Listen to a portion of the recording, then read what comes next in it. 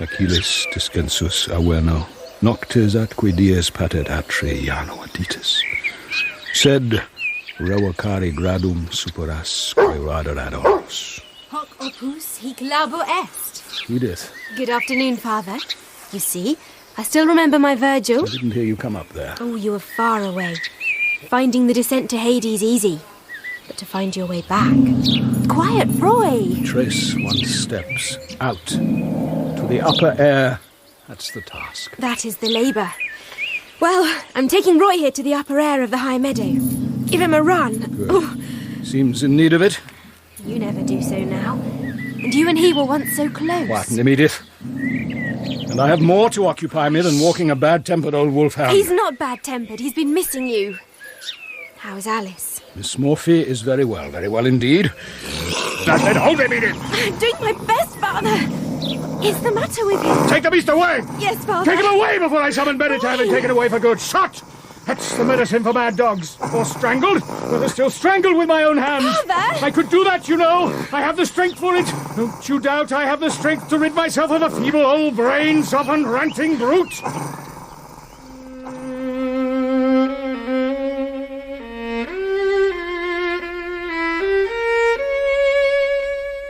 The Creeping Man by Sir Arthur Conan Doyle. Dramatised for radio by Robert Forrest. With Clive Medicine as Sherlock Holmes and Michael Williams as Dr. John Watson. And featuring Robin Ellis as Professor Presbury. The Creeping Man.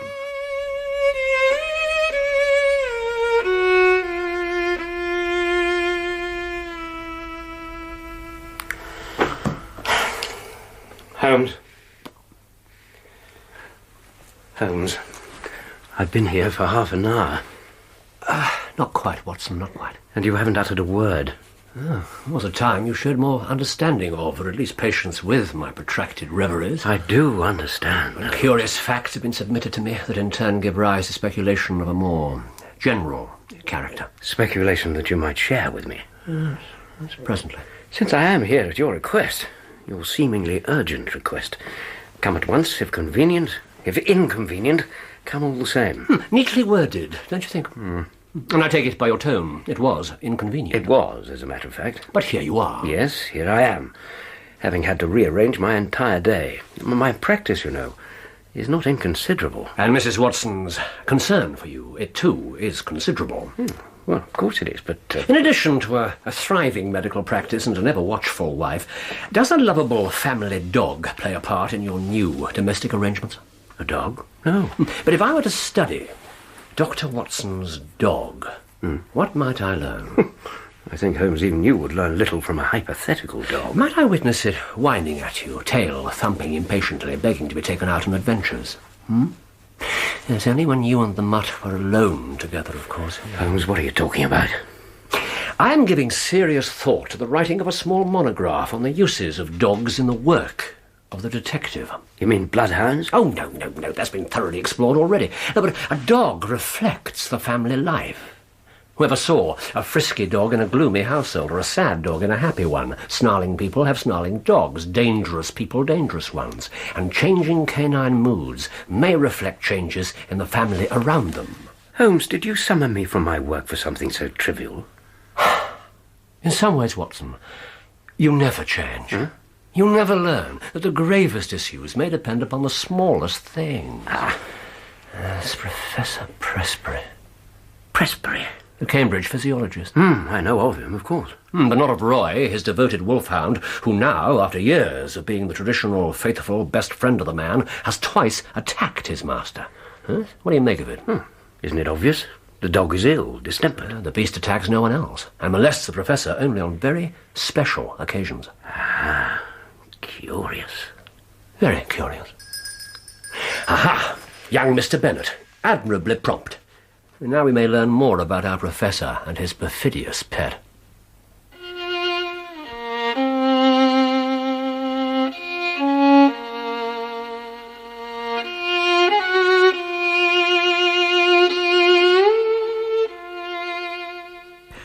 The matter, Mr. Holmes, is very delicate. So we understand, Mr. Bennet. The relation in which I stand to Professor Presbury. Yes, both publicly and privately. You see, Watson, Mr. Bennet here is not only a professional assistant to the great scientist, but lives under his roof and is engaged to his only daughter. Congratulations, Mr. Bennet. Thank you. But the thing is, I don't see how I can, justify myself if I speak before... Before? A third person. Oh, I see. Have no fear, Mr. Bennet. Dr. Watson here is the very soul of discretion. Oh, I don't doubt that at all. I can assure you, Mr. Bennet. In fact, I was just about to impart all I know of the case to him, so please do continue. There have been fresh developments. Excellent. That's what I hoped for. But first I shall proceed to outline, to share with my invaluable friend and colleague the course of events so far. I suppose I must accept your assurances, Mr. Holmes. Of course you must do that. Now, the Professor is a man of European reputation. His life has been academic, illustrious. Never a breath of scandal. Not one. Certainly not. Oh, not one breath of scandal, then, in all his 61 years. And now this most respectable widower has become engaged to the daughter of Professor Morphy, his colleague in the chair of comparative anatomy. The lady, Alice Morphy, is an admirable match for the Professor in both mind and body. Is that not so? Yes, she is. And intellectually most accomplished for a girl of 24 years. 24, Watson. Then, not long after this happy engagement was announced, a little mystery clouded the Professor's normal routine. He left home. Left home? With no indication of where he was going. He was away a fortnight, is that correct? Yes, and returned. Altered. In certain ways. His intellect was not affected. His lectures were as brilliant as ever, if not even more so. But there was an alteration, as if he were under some shadow. Mr. Holmes. Those are your words, Mr. Bennet. Something sinister, you said. Not the man you'd known and admired for years. You frankly stated. And if I'm to help you, you must continue to be so frank with me and with Dr. Watson. Very well. You were aware of the change in the Professor as soon as he returned? From the very hour he returned.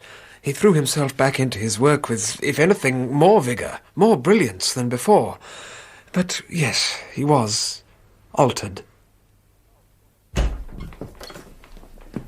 Blood tomorrow, Bennet. I shall announce my return with a dissertation, a very rhapsody on the blood of life. Blood must have its course, lad, and every dog its day. Yes, sir. Oh, you agree with Mr. Kingsley, then? Mr. Kingsley? Mr. Charles Kingsley, the Chartist clergyman who railed against celibacy and wrote much about water. An obsession instilled in him, I've always maintained, by his cold compulsory baths at school. Put the books down, boy. And find me that portfolio of vascular diagrams. Right, sir. We may agree with Kingsley, Bennet, who said also that we must do noble things, not dream them. But we can no longer agree with Harvey in his explication of the blood. Or rather, we now see more deeply, more clearly into the complexity and versatility of that. It's not up there, boy, certainly not up there. It's a purple folder, isn't it? Yes, tied with yellow cord. We must take a morning soon to reorganize this place. We've allowed too much clutter to accumulate. But it's good to be back, surprisingly good. And my first lecture tomorrow will be a declaration of intent on my part. My intent to do more than simplify difficult matters for inferior, immature minds. My intent to do new work, bold work. The air of the company in Prague must be supremely invigorating, sir. Prague? Yes, I had a letter from a fellow student there. He mentioned in passing that he... Give you a full account of my work there, did he, this student fellow? No, he merely saw you across the street. Well, no matter. Find that portfolio. Yes, sir. Oh, such a genius the man was. William Harvey. Here it is. De Mutu Cordis, on the motion of the heart and blood in animals, 1628. A new age began then, Bennet. And perhaps a new age is beginning now. Our knowledge of the constituents and functions of the blood. Leave that alone! Sir? Leave it be! You meddling young fool! Bring it here! Here! Here! Give it to me. This box, Bennet, this box you so carelessly handle. Sir, I merely lifted it. Contains only personal material, private material. It is no concern of yours. I understand, sir. I was only moving it out of my way. There are other things that are not your concern. Well, of course, sir, I wouldn't... You are not my son, and you are not yet even my son-in-law. You will agree I am entitled to some privacy, let us not say secret, some proper privacy from a mere secretary and assistant, however much confidence I have in him. Of course. And I do have confidence in you, Bennett. I am confident you will respect my wishes, carry out my instructions. As to certain correspondence I expect from London. Correspondence? Letters, Bennett. Letters and packages of a strictly private nature from London, which will be marked beneath the stamp with a cross. You understand? A cross beneath the stamp? Just so. Letters and packages so marked are not to be opened by you, if you value your place here and your happy position with my daughter.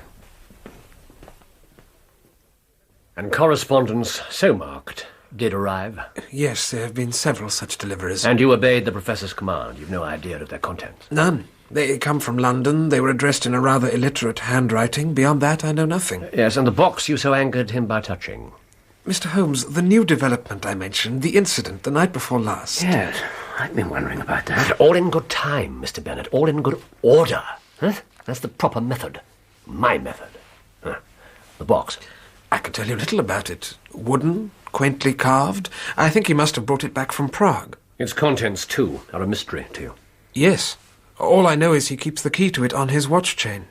When did the incident you just described take place? Early in July. In fact, I can tell you the exact date. I have it here. The 2nd. And it was on that date, too, that Roy first attacked the Professor. On July the 11th, there was a similar scene, which Edith witnessed. Again on July the 20th. Then we had to banish the dog to the stables. Admirable. But he had been such an affectionate animal. I mean, you're an admirable witness. It seems you do appreciate my method. I learned method, Mr. Holmes, from my great teacher, Professor Presbury. Now, Miss Edith Presbury. Edith? The Professor's daughter, your fiancé. Did she, too, note the disturbing change in her father's character? Well, yes, she did, of course, but I don't see the relevance of that. She knows even less than I do about the marked letters. There's more to this than marked letters, Mr. Bennett. And you've agreed, have you not, to be utterly frank with me? Yes, I have. Because we have to violate a deeper privacy than the Professor's correspondence. I don't understand. It is understanding we seek, is it not? Now, tell me what your fiancée has confided in you about her father's altered behavior. The day he came home from Prague, the first time she saw him on his return. Come on now, Roy. Good boy. We'll keep each other's spirits up. We'll have a run in the meadow. Let the fresh air... Father! Oh, you're home! So I am, Edith, so I am. And how wonderful it is to see you. We were so worried. No word from you. And to see Roy. Good boy, good old boy. Where have you been? Both of you look radiant, as the garden does, as home does, everything does. Father, please. We've been so anxious. Where I've been is of no matter. Now I'm home. I have nothing to tell you that you need to know, or that would entertain a young lady.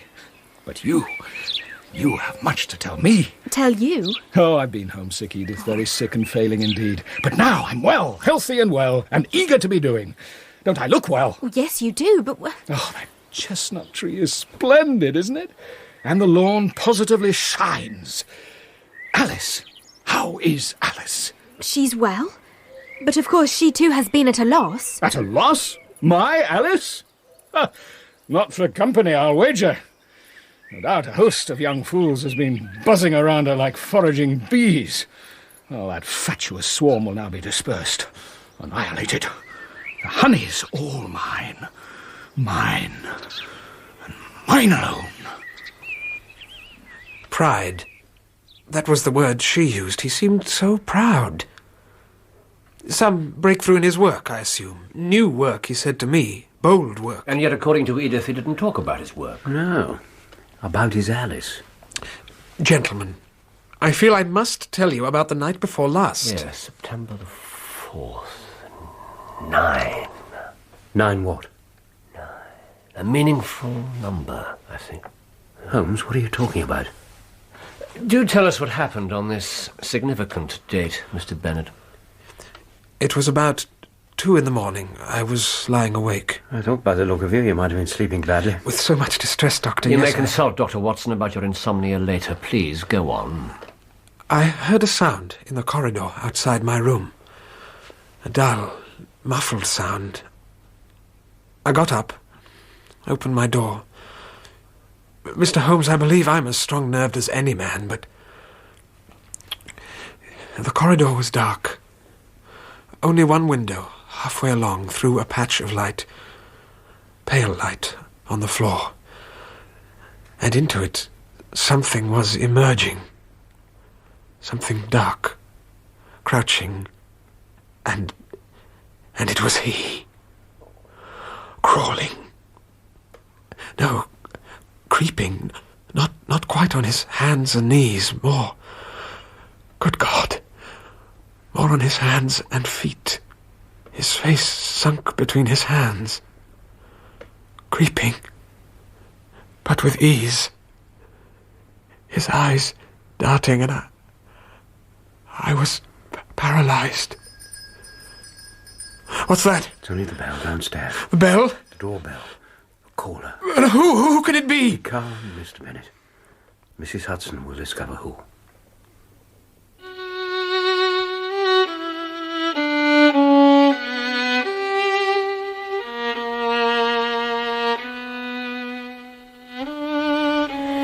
I'm sorry, Jack. It's all right. I knew I'd find you here, and I simply had to see you. After what happened last night, I just couldn't wait for you to return. I couldn't remain another night in that... Mr. Holmes, I do apologise for this intrusion and, for my agitation. Think nothing of that, Miss Presbury. Any fresh light you may throw on your father's case will be most welcome. Shall I have Mrs. Hudson bring up some tea? No, thank you, Dr. Watson. I'm quite recovered. Do you feel able now to tell us what happened last night? Go ahead, Edith. We may speak as freely to Dr. Watson as to Mr. Holmes. Of course you may. Do sit down, Miss Presbury. Yes, we'll hear your account of last night's new evidence a little later. First, I'd like to hear more of your impressions of the change in your father since his engagement to Miss Morphy. Alice. Miss Alice Morphy, to whom your father became engaged in... In June. Within days of that happy but unexpected... Well, yes, it was rather... Yes, within days of that happy but unexpected announcement, he disappears to Prague and returns an altered man. Tell us a little more about that. I don't quite see what you want me I to... confess neither do I, Mr. Holmes. After what I have told you, and when Edith has experienced something we haven't Your yet... fiancé will, I'm sure, confirm, Miss Presbury, that complete frankness is essential if we're to unravel this case, and complete trust in my method. Jack? Very well. It was early in June. Very fine. Warm, as you'll no doubt remember. That day he was taking tea with the Morphys. Professor Morphy is his closest colleague.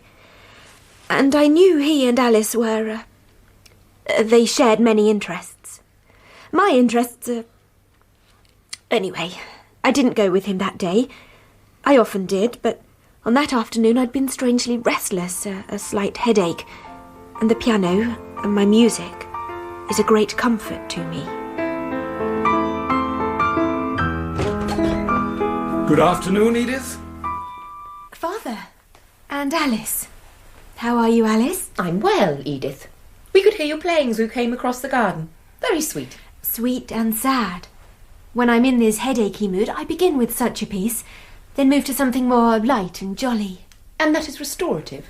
Restorative? Oh, well, yes. It helps, sometimes. How curious. But then you are artistic. All I can do in such a condition is lie down in a darkened room after taking one of my father's elixirs. Is your father well? Oh, yes. And perhaps imbibing elixirs of a different kind right now. Imbibing? In celebration, Edith. And perhaps you will play something more jolly now. Something downright joyful, I'd hope. Something epithalamial. Is that the word? It is.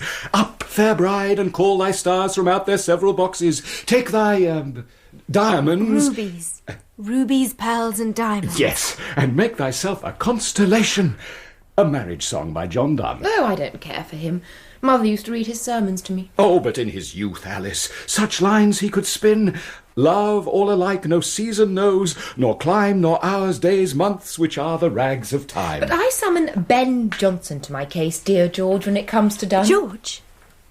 You called my father... Miss Morphy, your long-time friend Alice, and now my Alice too, has done me the stunning honour of agreeing to be my wife. Now, where's that young Jack of yours? Jack? He must share in the celebration, must my fine young Mr. Bennet. In the laboratory, is he? I think so, yes. Industrious fellow. Bennett's last task today shall be to bring up a bottle of our finest, and you, my pretty pale daughter, shall play. Hey! You are pale, Edith, and I think in no mood for playing. No, I don't think This I can. has come as an utter surprise to you. Well, of course. There's been no hint that such a thing... I know. We have been very discreet. We allowed no suggestion that matters were developing in this way until we were entirely sure of each other. Today was his third proposal, in fact. Alice, Thomas Wellwood. You and he, I thought, were... Young Mr. Wellwood is pleasant company, and I know he has high hopes, indeed high intention of making his career in the bank a sound one. But no more than sound. There are no Newtons or Galileos in the science of money. But your father's work now, and further attainments are ahead for him. You must know that. I'm not speaking of merely material success, Edith. Your father's work of itself is endlessly fascinating to me. Alice? Yes? I think I must take your advice. This headache is one of the more immovable ones. I'd best go and lie down for a while. Of course. We'll talk more later. Excuse me, Alice. Edith? I'm sorry, Alice. I do feel rather faint. Oh, a moment only. You and I have been friends since childhood. I want us still to be friends. Do you? Well, of course. And more than that. Let me be frank. When your father and I are married, we will, of course, live here. But you mustn't think of me as your... Oh, but that's too absurd even to say. We shall be like sisters, Edith. Sisters. Edith? Miss Presbury, are you feeling unwell? What is it, Edith? Dr. Watson? There's no need to continue if you don't feel up to it. You've told us enough for the moment. I must tell you about last night. Edith, if you're unwell, you mustn't force yourself to say It more. was Roy that woke me, I think. Certainly he was barking from the stables when I was fully awake. And I know I was. I was awake. I remember thinking, is my door locked? But of course, it always is these days. The moonlight at the window was very bright. I could see quite clearly what was there. What was there? At the window, you mean? In the square of light. My father. What? My father's face, pressed against the window pane. But your room it's on the second floor. One of his hands was raised, as if he'd been about to push the window up. If that window had started to rise, I know I'd have gone mad. There have been times when I thought I am already, but it was no delusion. He was there for about 20 seconds or so, and I couldn't move. Even when he vanished, I still couldn't budge. Paralysed. All I could do was lie and shiver until dawn. Then at breakfast, he didn't mention it. And did you... No. I made an excuse to come to town. Here I am. Curious. Most curious. Curious? It's uncanny. But last night, so soon, that is curious. Do you have something in mind, Holmes? Yes, an inn in Cambridge. You, Mr. Bennet, shall return to your duties with as normal a manner as you can pretend, while your fiancé remains in London. Your visit can be prolonged, Miss Presbury. Yes, easily. Yes, and you and I, Watson, if you can without too much inconvenience, uproot yourself from practice and domesticity. You and I shall, for the next few days, be in the most pleasant surroundings of that ancient and commendable hostel, the Chequers Inn. The linen is above reproach, the port above mediocrity.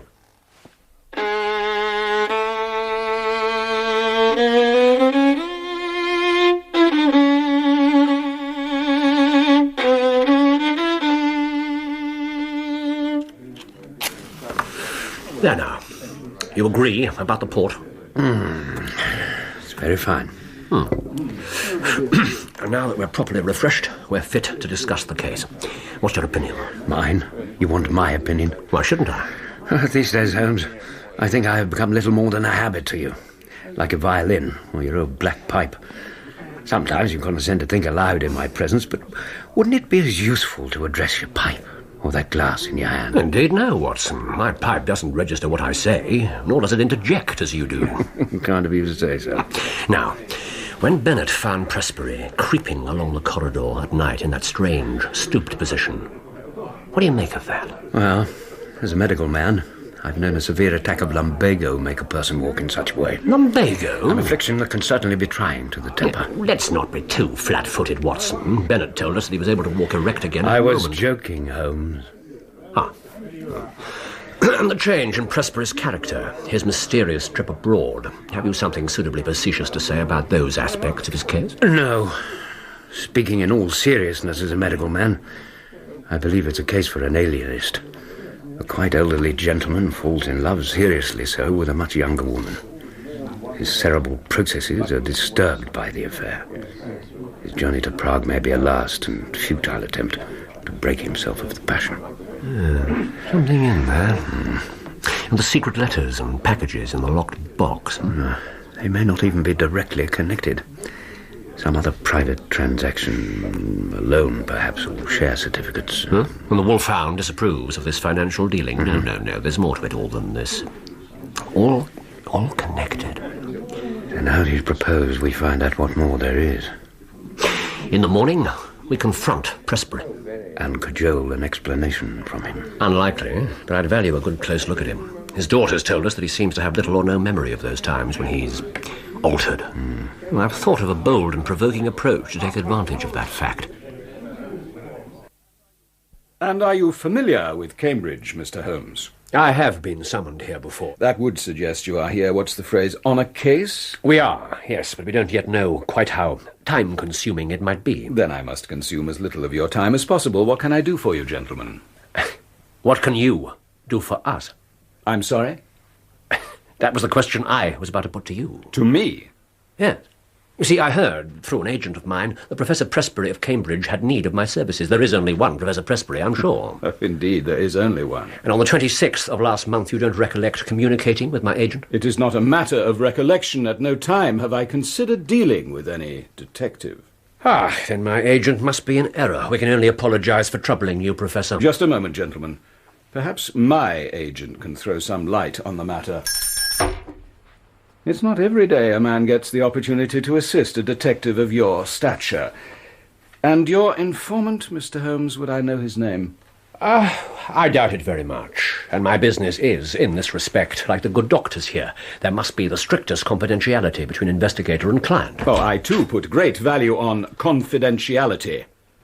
Bennett? Yes, sir. These two gentlemen have come from London under the impression that they have been summoned. Do you know them?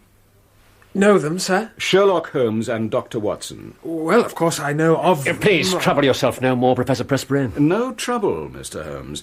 You handle all my correspondence, don't you, Bennett? Yes, sir. And have you a note of any kind, of any communication going to Mr. Holmes, or any letter, telegram, any scrap of paper at all, to or from any third party concerning this, Mr. Holmes? Nothing at all, sir. Then perhaps you'd show these misplaced and mistaken gentlemen out, and return to me at once. His nerves are in extreme disorder. We'd best return to him quickly, Mr. Bennett. I fear you may be in for a rather uncomfortable time. And still, I hate to tell the man lies. Let him have his own way as far as you can. Try to cross him as little as possible. Before you go, which is Miss Presbury's bedroom window? Second floor, third from the right. And you'd better have this, Mr. Holmes. What is it? It's the address of the man in London with whom the professor is secretly communicating.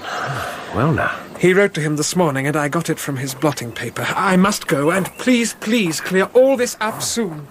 Well, the blotting paper, indeed. Yes, that young man has the makings of a detective, Watson. Yes, Dorak. Curious name. Holmes, look at that window. Miss Presbury. I have looked. There's a creeper below it and a water pipe above, which gives some foothold. It's Dorak. Slavonic, I assume. Are you suggesting you could climb to that window? Dvorak, perhaps of Bohemia. Bohemia, Prague. Yes, there's one connection, Watson. But the once faithful dog that so hates him, the ivied wall, no normal man could scale. Glad you admit that. His creeping gait. We didn't learn much from our bold, close inspection, did we? Well, apart from his poorly concealed rage at our intrusion, he gave little away, and his memory is more reliable than his daughter believes. He struck me as being in possession of a perfectly clear and logical brain, and physically, there was nothing remarkable. Portly, smooth-skinned, his complexion and eyes quite healthy. Smooth-skinned, apart from the knuckles, of course. Knuckles? Yes. Always look at the hands first, Watson. Then cuffs, trouser knees, and boots. The Professor's knuckles were thick and horny in a way that's quite new. What is it? The ivy, the knuckles, the dog, and Prague. Prague? And Alice. Good God, no. Surely not. What? Connections. Horrifying connections. Back to London, Watson. You to seek out this Dvorak. I to visit Miss Edith Presbury. But haven't I told you how I felt about the engagement, Mr. Holmes? Yes, you have. And I would press you no further if I didn't think it necessary. And why is it so necessary? Forgive me, but you ask me for a most unusual frankness about matters that are... Delicate, yes. Of a personal and family nature, certainly. So may I not ask for an equivalent openness from you? Quite right. My investigations so far have led me to begin to make certain connections in my mind. Now, where these connections lead will decide how I must approach your father, how I might help him. Help all your family. Put it this way. I am being so bold as to ask a lovely and decorous young lady to share with a virtual stranger those secrets young women friends might share. Oh, Mr. Holmes. Can you do that, Miss Presbury? Can you do that to save your father? Save him? And Alice. To save them both.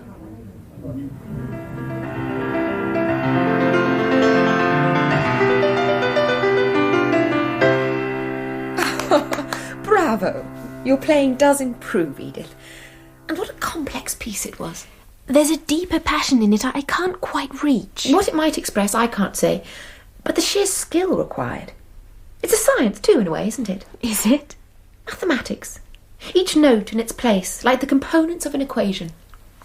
I met Thomas Wellwood yesterday. Oh? He was passionate.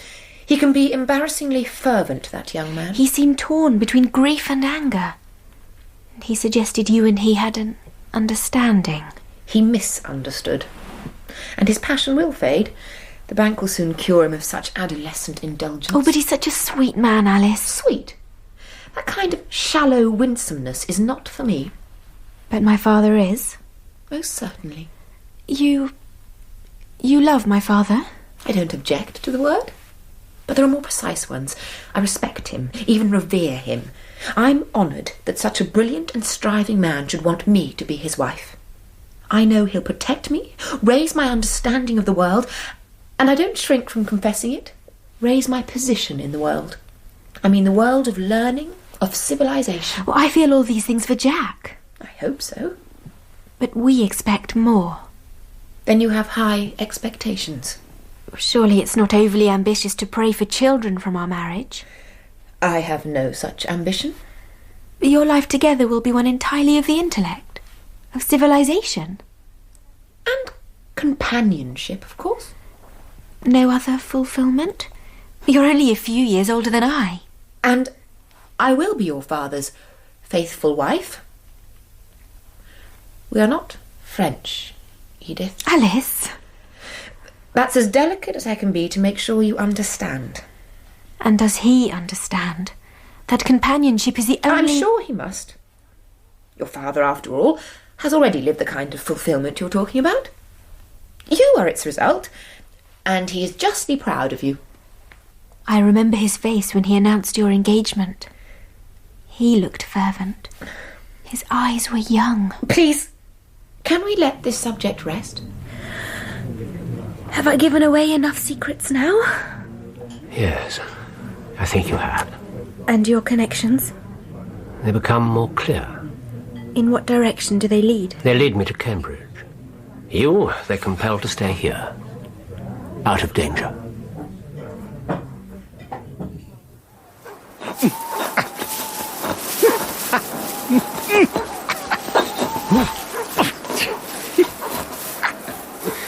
Dear God, Holmes. I cannot believe this is happening. But there it is, Watson. It's like a nightmare. But I see it too. We are both awake. Do we interfere? Not yet. You have your revolver. Yes. Do you think... I think when something as monstrous as this is unleashed, we must be ready for anything. Now look. He's down.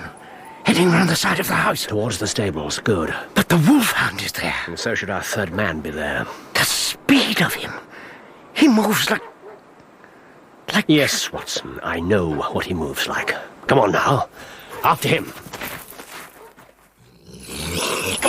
Come on, you toothless whelp. Can't reach me, can't touch me. Of course you can't. You're the runt and I'm the master. You're in chains and I'm in charge, the master. It's all mine. See? Can't reach. Having the strength, having the blood, having the brains, and me all brains and brawn, all might and main. Professor Presbury! Oh, man! Leave the beast alone! A man all blood and bone and rubber. Right, put down! Take care, Mr. Bennett! Stay back, he knows me! Down, Right, put down!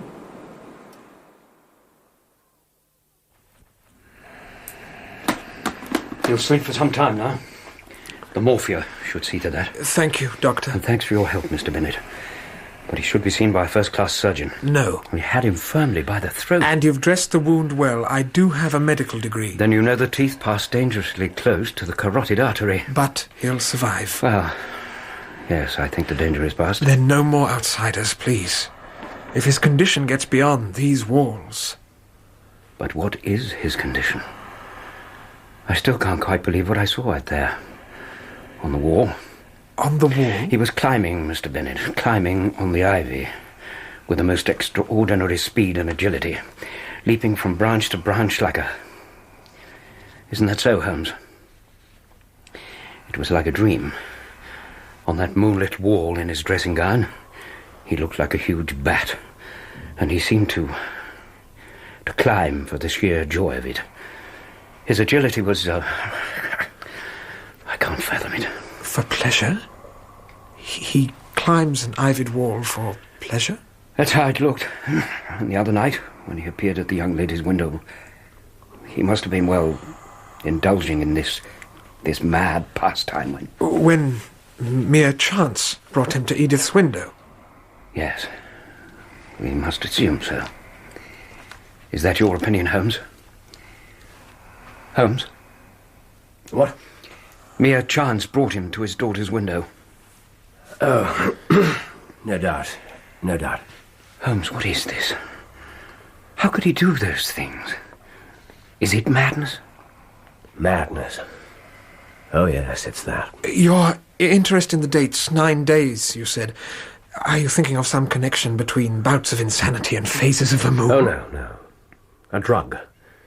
A drug administered at regular 9-day intervals. The incident out of sequence, his appearance at the window on the 4th of September. Well, either he'd increased the dose or the effects were growing out of his control. I incline to the latter theory. But what drug could bring about such a horrible transformation? Perhaps we'll find the answer in that precious locked box of his. You said the key's on his watch chain. Yes. Yes, and the box in the laboratory. It was, yes. Then bring the key and show us the way. As I warned you, we may have to violate his deepest privacy. Yes, it fits. Not much here. But enough. You were right, Holmes. A hypodermic syringe. One empty phial, one nearly full. And the letters, you see, with the cross under the stamp. From our bohemian friend in London, Dvorak. Well, I've already settled him. The police should be interviewing him now. He's no more than an errand boy. I'm sure you'll find a more significant name in that other letter. This one? It's from Prague. Should I read it, Mr. Holmes? If you can face all the truth. Well, of course Why should I not? I shall read it. From someone named H. Lowenstein. Lowenstein? I know that name. Oh, my God.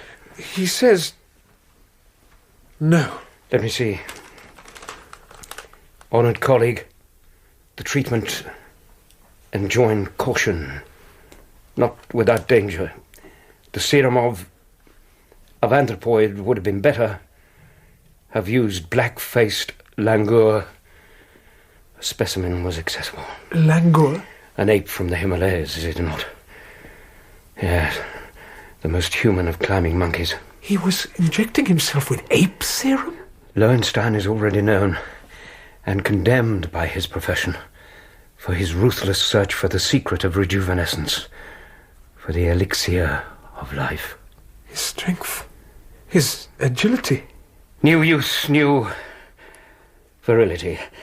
And of course the dog must have sensed the change in him before anyone else. His smell. Alice.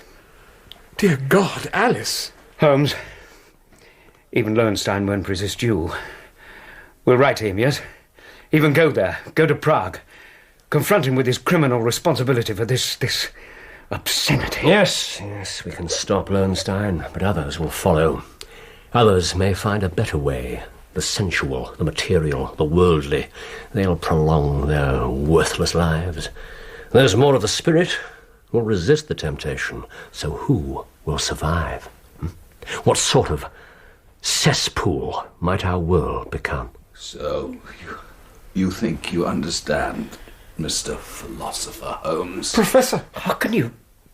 Professor, you should not be moving. Be still, Doctor. My elixir is more powerful than any common sawbones can know. More potent than your morphia. You must go back to bed. And you, Holmes, you lecture me about when my work should be done, when my life should be over. I do not lecture, I merely observe with horror. Horror? The meddling detective, the grubby snoop, is horrified? How can you understand my horror? That I should wither before my work. My life is fulfilled. How can you understand my need? Professor, let me. Dear God. Strange to hear that name from one who'd flout nature's laws. What? Oh, I'm not down here to pray, Holmes. My legs gave way. They just gave way. Look at yourself. Listen to yourself. Is this the man of renewed youth who'll wait at the altar for Miss Alice Morphy? And don't you think a wife, even one as innocent as she, will sense that you stand there with blood in your veins? That's an affront to nature. Blood that flows from a monstrous experiment that's already brought you like an animal to your daughter's window in the middle of the night. That's aroused disgust and fear in your family, your friends, even your own dog. Watson. Yes, Holmes? There's an early train to town. But I think we have time to return to the Chequers first for a refreshing cup of tea. What's to become of me? You have a loyal servant in Mr. Bennet here, and I think still a devoted friend. Of course. God bless you, Bennet. He and your daughter will see you through what will no doubt be a long and painful convalescence, and perhaps you will have a wife to guide you with proper discipline to a full recovery. Now, Watson, the Chequers and that tea.